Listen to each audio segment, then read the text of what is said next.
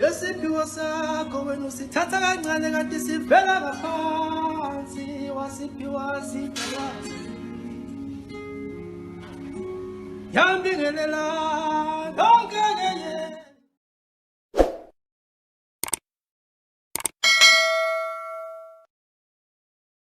Sanibonani balandeli emakhaya, Makhosi Mdlalose lenikhuluma naye. Bakithi ke ngokusebenza ngilaphaya ePietermaritzburg eMaqonqo. Ngizothanda nje kakhulu bakithi ukwamukela abaqalayo futhi kakhulukazi ukubona leli page namhlanje. Ngicela ukubamukela ngekhulu intokozo nekhulu injabulo ukuthi cha bamukelekile leli khaya. Kuphinde ke futhi ngizocela ukuthi bakithi ke ningakhohlwa bandla ukuthi ni subscribe nje, umuntu meqala ukubona subscribe ni like kuyongijabulisa kakhulu lokho. So ke kodwa ke namhlanje ngike ngathi bakithi ake sizokhulumani ngale ndaba yesithunywa, sizokhulumani ngale ndaba yedlozi. Lento yokuhlanganisa idlozi uhlanganise nesithunywa sakho. So namhlanje ngike ngathi ake sizothinta leyo ndaba, ngoba enye yezinto okuthola ukuthi sekukhona abanye abantu uthola ukuthi iyabashaya endleleni, uthola ukuthi ngenxa yokungabi nalo ulwazi nokuthi sekumele ukuthi ulungise kanjani noma wenze kanjani, omunye umuntu agcine seba nezinkinga ezingaphela xa ukuthi kudalwa yini, kanti inkinga incane uncane la kusuke kufunakala ukuthi uthinte khona ukuze kube khona inqubekela phambili ezintweni zakho zedlozi noma zesithunywa noma ngokusebenza ngokukamoya. Okay, nanso-ke indaba la sizoyiqala khona ke namhlanje. Ngifuna siqale sikhulumeni ngendaba yezithunywa, ukuthi kuyenzeka uthole ukuthi enene khona umuntu onemimoya kodwa unezithunywa kuphela. Ngendlela mangithi unezithunywa kuphela esengisholo ukuthi ngendlela yokuthi njengoba enemimoya kungathi angasebenza ngendlela yokuthandazi noma yangisho kanjalo ukuthi into yakhe isuke ifuna ukuthi asebenze ngokuthandazi nako konke kodwa angayithinti imithi. Angithi uyabona, bese kuzoba khona umuntu okuthola ukuthi unedlozi kuphela. Mengabe ngithi unedlozi kuphela esengisholo ukuthi uthola ukuthi enene into yakhe noma imimoya yakhe ifuna ukuthi agide yena aphinde futhi asebenzise imithi ahlamba laphe ngemithi, okusho ukuthi abantu abahlukene nabo ababili. Kuphindeke bese kuzothola ukuthi kunalomuntu okuthola ukuthi unesithunywa aphinde futhi abe nedlozi, okusho ukuthi unabantu bedlozi unabantu bezithunywa. Angithi yabona ukuthi yena usenezinto ezimbili kuyena ngaleso sikhathi. Uyena ke lo muntu engithi mina namhlanje ngifisa ukukhuluma naye kakhulu, lo muntu okuthola ukuthi kuyena unesiphiwo sokuthandaza, unesiphiwo sokusebenza ngokwedlozi futhi. Okay, lana ke isikhathi esiningi ukuthole ukuthi enene umunye umuntu ukuthola ukuthi unedlozi unesithunywa, kodwa umthola ukuthi omunye ngoba yena athi mina enene ngeke indaba yedlozi ngeke ngicela ukuyibeka eceleni, ngicela ukuxhuma ngale yokuthandaza, ngicela ukuxhuma ngale yezithunywa, bese phakamisa kakhulu lento yakhe yokuthandaza, enze ngendlela nje yokulungisa izithunywa, athandaza ukukhulekela abantu, enze yonke into mangabe sekufike leso sigaba sokuthi enene akwazi ukukhulekela abantu noma ukubonela abantu, kodwa ngendlela yokuthi udonsa ngesithunywa kuphela.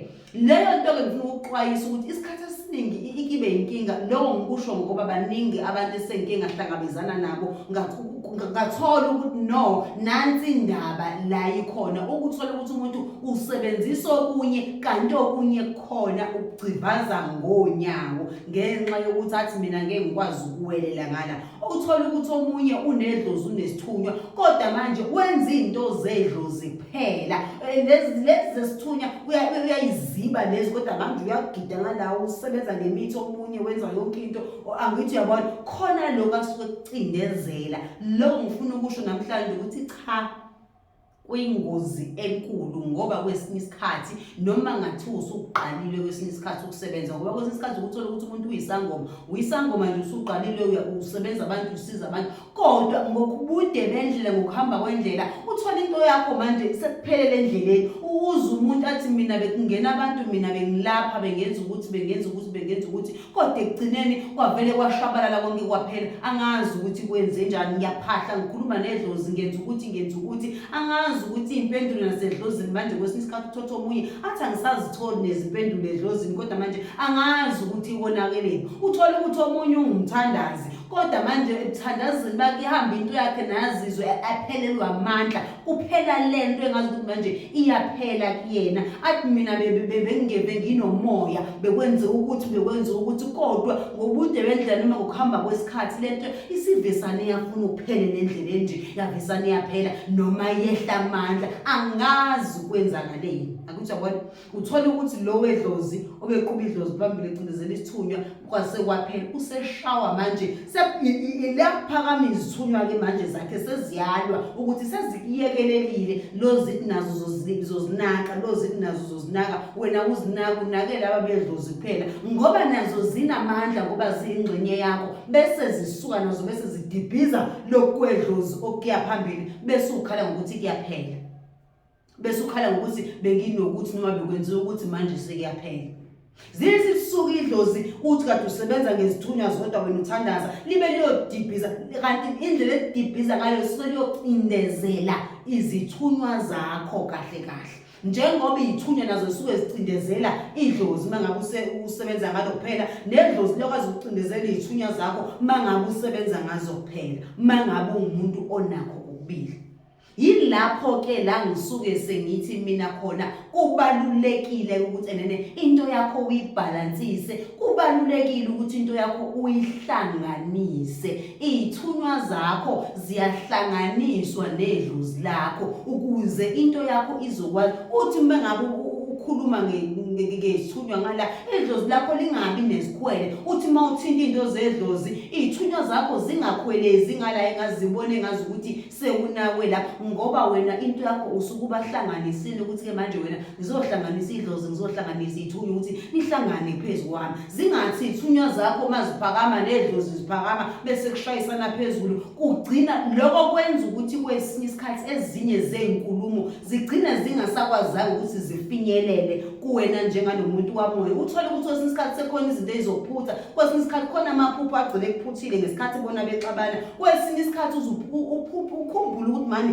khona le nkulumo ebifika kumina kodwa uthi noma uvuke ekseni uvuke leyo nkulumo wena usuyikhohliwe yini manje lapho kusuke ukukhombisa ukuthi kwesinye isikhathi abantu bakho wena abahlangene kwesinye isikhathi ke ukuzizwa kwesinye isikhathi ngathi yabona namhlanje ngiyazi ukuthi nginabantu abadala ngiyazi ukuthi ngumuntu omane nginesithunywa uzwe ukuthi awena namhlanje kuumuntu uphaqa ungazi ukuthi ngihamba ngedwa nje ngazi ukuthi akukho lutho kufanele makwenzeke kanjalo kufanele kwesinye isikhathi ukufice lokho mangabe izinto zakho kakhulu zingahlanganisiwe mangabe izithunywa zakho nje neDlozi lakho kungahlangene kuyingozi enkulu so ngeke ngithi kuyaphoqa kumele mangabe wazi ukuthi kumoya yakho zikhona izithunywa ikhona iDlozi hamba okuhlanganisa hlanganisa izithunywa zakho uzimemeze ubize iDlozi lakho ucela ukuthi ke manje ngicela ukuthi nihlangane kumina angilahli umuntu kepha bambanani kumina nibe umuntu munye manisondela izinkulumo ngicela nikhuluma ulwimi engizoluzwa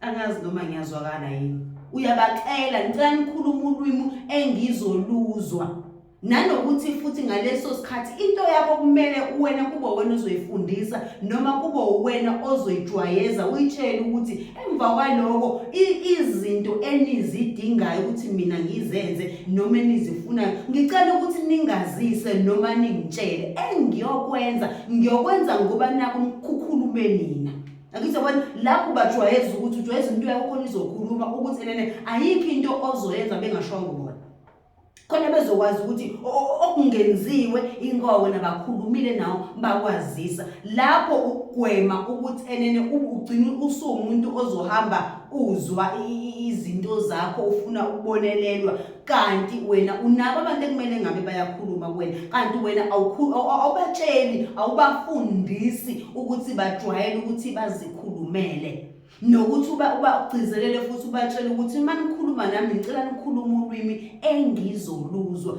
Yonke futhi lo nkulumo kubalekile ukuthi enene uyigcizelele noma uyikhulume kubona ngesikhathi yobahlanganisa laba bantu.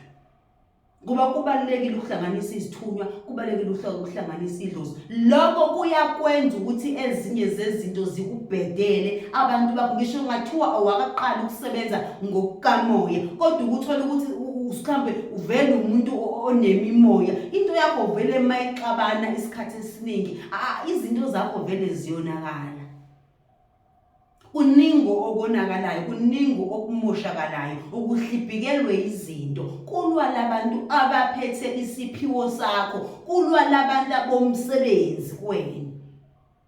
Wena izinto zakho zizoqhubeka kanjani ziye phambili? Uthola ukuthi umuntu uyambona ukuthi uphiwe, uma ubheka ukuthi kumele ngabe izinga kulona manje kumele ngabe ukude, kodwa manje akuyeki phambili. Kunaloko ukuthi umuntu aye phambili uhlehlele emuva, uhlehlele emuva nje ingoba phela vele kwakubantu abakuphethe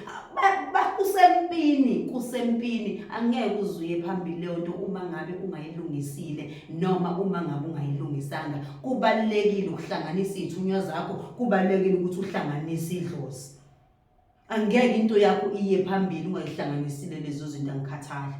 Mangabe usuqalile umsebenzi uyaphambili, zifike zithi mazifika phambili khona la igeja khona phakathi nendawo umense ungazi ukuthi uzoshona ngalaphi, noma ngabe usebenza ngedlozi noma ngabe usebenza ngesithunywa, khona la ifike zime khona nse mangabe unako kokubili futhi ungakuhlanganisile. Ngoba kufanele ukuthi laba bantu ukwazi ukuthi ubahlanganise bobabili. Umemezi laba bekhola babethandaza, umemezi idlozi ubahlanganise bobabili ukuze into yakho izokwazi ukuthi ihambe ngendlela. Namhlanje ke ingakho ngithi ake ngibakhuthaza abantu ngoba isizathu ngiyabona ukuthi sekunako ukuqhamuka abantu ukuthola ukuthi hayi manje bashawa ile nkinga yokuhlanganisa izithunywa nedlozi. Kubalekile bongakuhlanganisile izinto zakho ziyadibhika, khona izinkulumo ezikuphuthayo ezigcine zingafikile kuwena. Kungezona izinkulumo kuphela, nezinto abantu abakwembethe bazokunika kanjani vele bebangisana. Wena ugcina uthola ingcosana ngoba kulwa labantu bomsebenzi kuwena. Nezinkulumo ezibalekile kumele ngabe ziyafika kuwena, ekumele ngabe uyazizwa, nezexwayiso ekumele ngabe utshelwa zona kuwena sigcine engasafikile kuwena. Ngoba babhizi balwa kodwa babangisana ngomsebenzi kuwena, bakhuphuka kanye uthola lephezulu. Kuzokwenzeka kanjani ke kuwena ngala? Wehlize egulo kuwena. Nangithi ngithemba ukuthi kuyezwakala mangisho njalo. Wehlize egulo kuwena, ugule kwesinye isikhathi ungazazi ukuthi ngagula kangani kwenze njani, kanti ingxabano izidalwa ezikwembethe. Kwesinye isikhathi ke khona la ukuthola khona ukuthi elene khona omunye angene ephehlweni. Athi mengenile ephehlweni ungaqondakala ukuthi naye angaboni ukuthi izinto zakhe zihamba kanjani. Into yakhe ayifuni ukukhuluma ngendlela kanti kuthintwa abantu ababodwa. Enye into engozi leyo ngisho ukuthiwa umuntu ungene ephehlweni uma ngabe kuzothintwa idlozi kuphela, kanti lo muntu akahambi nedlozi kuphela, uhamba nezithunywa nedlozi nalo noma likhona. Manje mengabe lapha ephehlweni sekuqutshulwa idlozi kuphela laba becindezelwa, into yakho ayizofuna ukuhlangana ngendlela ephehlweni. Uzoba nenkinga ngendlela yokuthi wesinye isikhathi uzufike na udika ibale engathi ungashiya phansi, uzobone ngathi into oyenzayo awuyiboni. Yini into yakho ayinyuswa kanye ihanjiswe kahle ngendlela. Khona abanyiswayo, khona abacindezelwayo. Omunye aphume ekhaya, aphume ngenkomo aye ekhaya, kodwa umsebenzi wakho ufike unganyakazi. Khona abantu angabathintile, khona abantu asuke bekhweleza bangathintiwe, uqubula abanye washiya abanye, okuyingozi enkulu ngalendlela esimanga.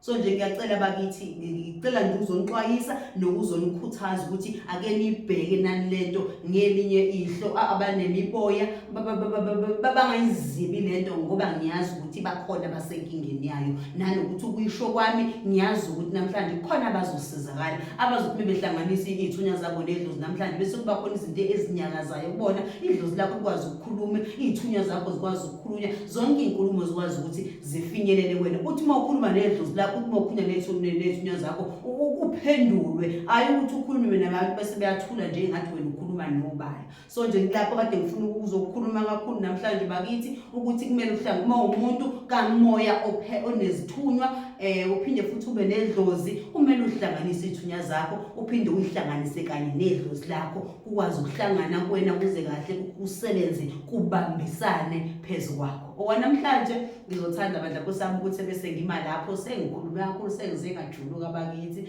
Thokozani.